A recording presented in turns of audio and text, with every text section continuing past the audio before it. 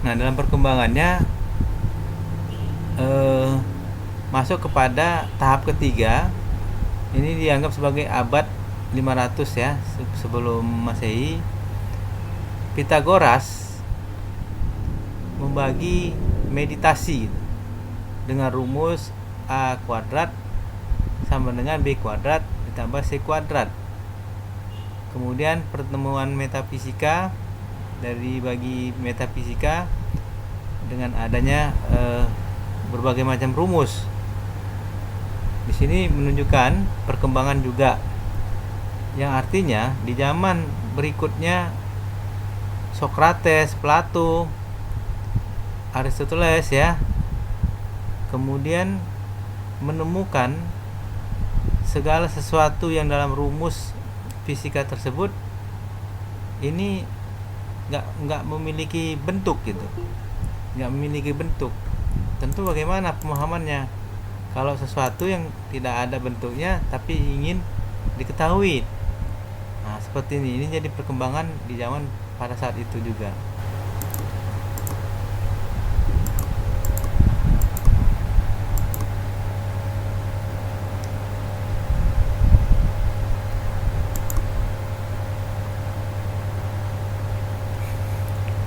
Nah, ini seperti dilihat dalam slide. Di Andronicus menemukan naskah yang nggak ada namanya sebagai peninggalan Aristoteles sebagai filsafat pertama, mengartikan tentang metafisika yang lebih luas daripada fisika.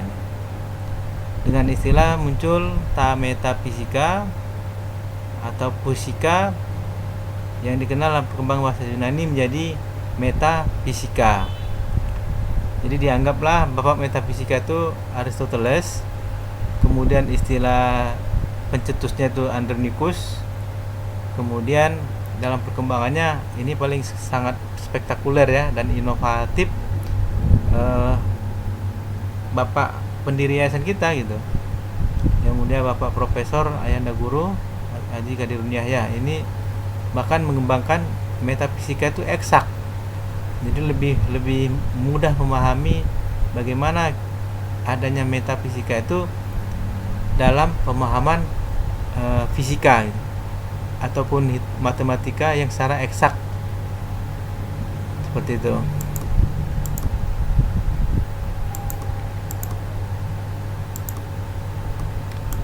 Kita lanjut lagi. Secara terminologi, arti ta metafisika itu bisa dipecah atau diurai ya. Ta itu sama dengan yang, meta sesudah, setelah, dibalik ataupun melampaui. Ta yang artinya yang juga ya. Fisika berarti fisik, tubuh, benda, alam. Jadi kalau mau diterjemahkan, metafisika adalah segala sesuatu setelah fisika, atau sama dengan artinya bukan fisika. Nah, bukan fisika ini berarti dia sifatnya abstrak, gaib, transenden. Nah, kalau kita dalam agama Islam ini bisa kita lihat di surah Al-Baqarah ayat 34 yang artinya auzubillahi minasyaitonirrajim, bismillahirrahmanirrahim. Kuciptakan Al-Qur'an untuk yang percaya pada hal yang gaib. Jadi macam mana segala sesuatu yang ada itu ternyata ada yang gaibnya juga. Yang dalam pemahaman ini inilah dikatakan dengan metafisika. Oke. Ade Muhammad, Ade,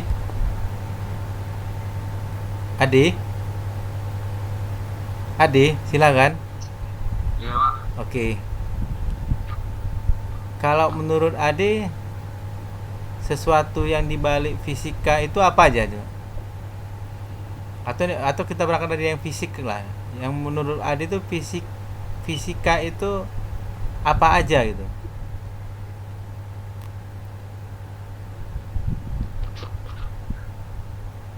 yang dikaitkan dengan fisik gitu, fisik fisik berarti yang nyata, apa aja yang nyata juga.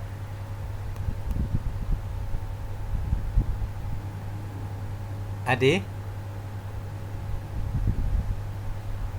ade, Alam Pak, alam benda tubuh apa? fisik. Fisik fisik apa aja yang dikaitkan fisik gitu. Tubuh Tubuh Pak, tubuh tubuh. tubuh tubuh kita fisik nggak? Hah? Iya Pak. Iya. Kemudian air, air fisik nggak? Fisik Pak. Fisik. Nah, ini merupakan bagian daripada yang nyata gitu dalam dalam hukum hukum fisika gitu ya. Tetapi di balik semua itu ada juga yang mempengaruhi dalam kehidupan ini tentang sesuatu yang di balik fisika itu. Contoh, kalau tadi kita sebut di dalam tubuh kita adalah sesuatu yang fisik, tetapi di dalam tubuh kita yang lainnya ada nggak yang metafisik? Yang tidak nampak gitu misalnya. Fariska? Fariska? Kak, Ya. Menurut Fariska gimana? ya kalau yang di dalam tubuh kita Apa yang ada di balik tubuh kita yang nampak ataupun fisik ini gitu? yang nampak kayak mata, tangan gitu Pak. Ya, itu yang fisiknya itu. Yang di balik fisik kita ini apa gitu? Hmm, di balik fisik. Berarti yang gaib gitu Pak. Iya lah, yang bagian dari tubuh kita gitu, yang kita pahamin gitu. Apa coba? Apa ya Pak? Yang Bagaimana dengan rasa? Rasa, misalnya tubuh. kita marah gitu, Ya, atau kita senang, kita bahagia misalnya. Itu sesuatu yang bagian dari tubuh kita atau tidak? iya Pak, bagian dari tubuh kita juga. Iya. Nampak nggak? Enggak. Nggak Cuma nampak, kita tapi dia ada gitu.